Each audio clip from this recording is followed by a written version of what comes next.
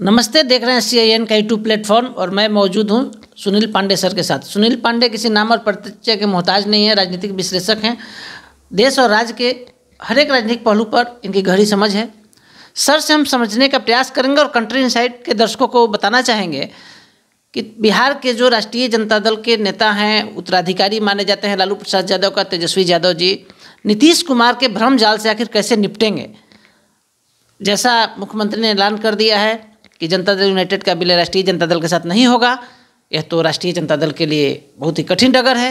राष्ट्रीय जनता दल के समर्थक मानकर चल रहे थे नीतीश कुमार जी तेजस्वी को मुख्यमंत्री बनाएंगे, अब तो यह 2025 में बनेंगे। तो सर बताइए आप।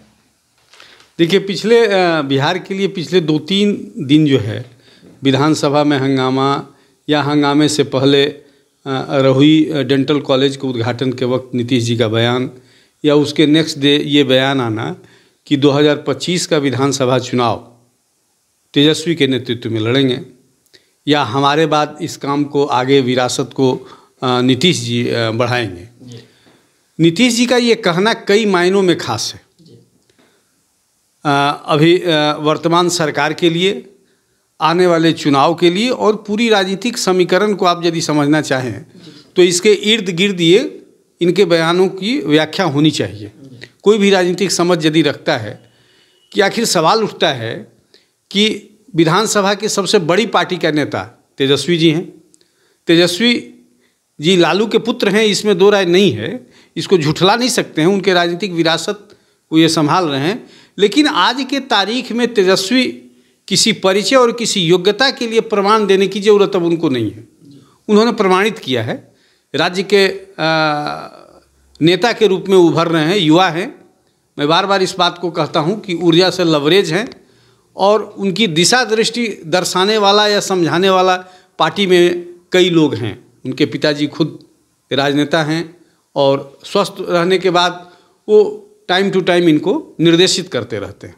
अब रही बात नीतीश जी के इस बयान की कि 2025 का चुनाव तेजस्वी के नेतृत्व में महागठबंधन लड़ेगा, एक ये बयान था उनका। ये बयान अपने आप में मायने रखता है। आखिर ये 2023 आने वाला है कुछ दिनों के बाद, तो क्या 2 सालों तक नीतीश जी अपने को आरजेडी के तरफ से सुरक्षित रखना चाहते हैं? ये बयान देना कि 2025 का नेतृत्व तेजस्वी करेंगे, तो ये 2 साल उनके कहने का यदि संकेत माने तो आप निश्चिंत रहें, नीतीश जी ही मुख्यमंत्री का पद संभाले रहेंगे और तेजस्वी जी डिप्टी सीएम के तौर पर ही संतोष करना पड़ेगा।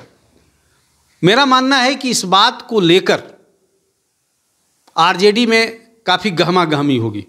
संकेत भी मिलने शुरू हो गए हैं कि क्या तीसरे नंबर की पार्टी के मुखिया के तौर पर नीतीश जी मुख्यमंत्री के तौर पर बहुसंख्यक बिहार की जनता को स्वीकार्य हैं? बिल्कुल नहीं है जी।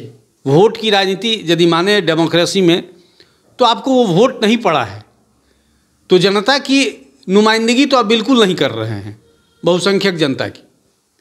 तो जाहिर ये संकेत तेजस्वी की तरफ जा रहा है और उस राजनीतिक उथल पुथल के आभास को ग्रहण करते हुए नीतीश जी ये घोषणा कर दिए। नीतीश जी एक चतुर राजनेता हैं, इसमें दो राय नहीं है। पिछले 17-18 साल से बिहार की राजनीति इनके इर्द गिर्द घूम रही है। व्यक्ति विशेष होने के बावजूद पार्टी की हैसियत क्या है, विधानसभा में इनकी संख्या कितनी है, ये मायने नहीं रखता है। इन जिस जाति से आते हैं वो भी जाति यहाँ बहुसंख्यक नहीं है। बावजूद इसके यदि राज्य के शीर्ष सत्ता पर ये काबिज हैं तो इनके ये श्रेय इनके राजनीतिक कौशल चातुर्य को जाता है। मेरा मानना है कि तेजस्वी जी इनके चातुर्य, राजनीतिक चातुर्य या भ्रमजाल में फंस गए हैं और इससे निजात कैसे पाएंगे, या निजात पाना इनकी प्राथमिकता में है या नहीं है। 2023 तक ये खुद 25 तक ये खुद सब्र रखेंगे, पार्टी उनकी क्या कहती है, ये आने वाला समय में आपको पता चलेगा।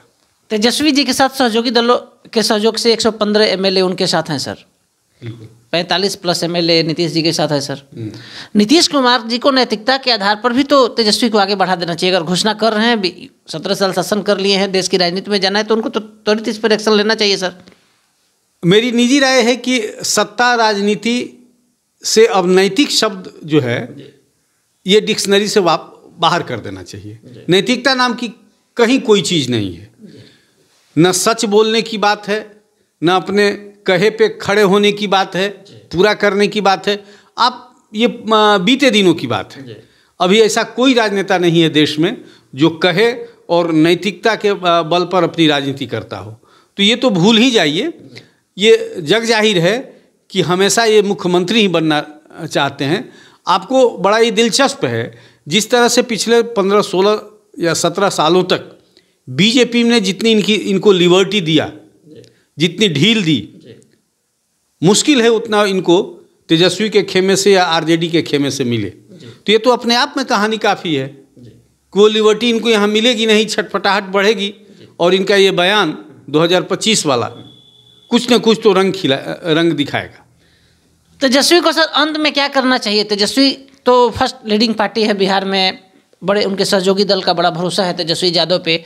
कल मेरी बात हुई उनके एमएलए संदीप सौरभ से, पालीगंज से एमएलए हैं, उन्होंने भी कहा कि तेजस्वी के पास नेतृत्व क्षमता तो है और तेजस्वी को सीएम को नेतृत्व देना चाहिए सर। तो अब आप अंत में सर कंक्लूड करेंगे तेजस्वी को आखिर क्या करना चाहिए सर? बिहार के समर्थकों, उनके जो अपने समर्थक हैं, उनको ध्यान में रखते हुए, या उप मुख्यमंत्री में ही संतोष करेंगे? ये बड़ा यक्ष प्रश्न आपने कह दिया कि तेजस्वी जी को क्या करना चाहिए। हमारी हैसियत ये नहीं है कि हम उनको सलाह दें, उनके पास एक अपनी बड़ी टीम है।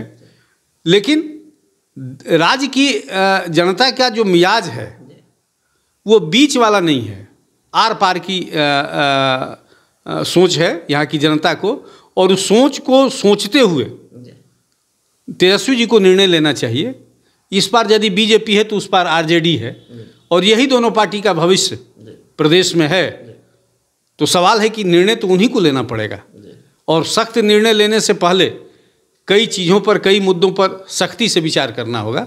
पिताजी उनके हैं और कई दूसरे भी उनके सलाहकार हैं। बात तो जरूर इस पर हो रही होगी अंदर खाने, इससे आप इनकार नहीं कर सकते हैं। अब ये सतह पर कब आएगा और कब लाना चाहिए, इस पर गणित चल रहा होगा, इस पर लोग उधेड़-बुन में पड़े हुए होंगे। कुछ न कुछ तो होगा जरूर। आप सुन रहे थे राजनीतिक विश्लेषक सुनील पांडे सर को। सुनील पांडे सर ने साफ कह दिया कि जो राजद के रणनीतिकार हैं वह अब नीतीश कुमार के ऐलान के बाद कि जदयू और आरजेडी का विलय नहीं होगा, इसके बाद अपनी रणनीति शुरू कर दिए होंगे। हमारे सहयोगी चंदन के साथ मैं कौशलेंद्र, पटना से।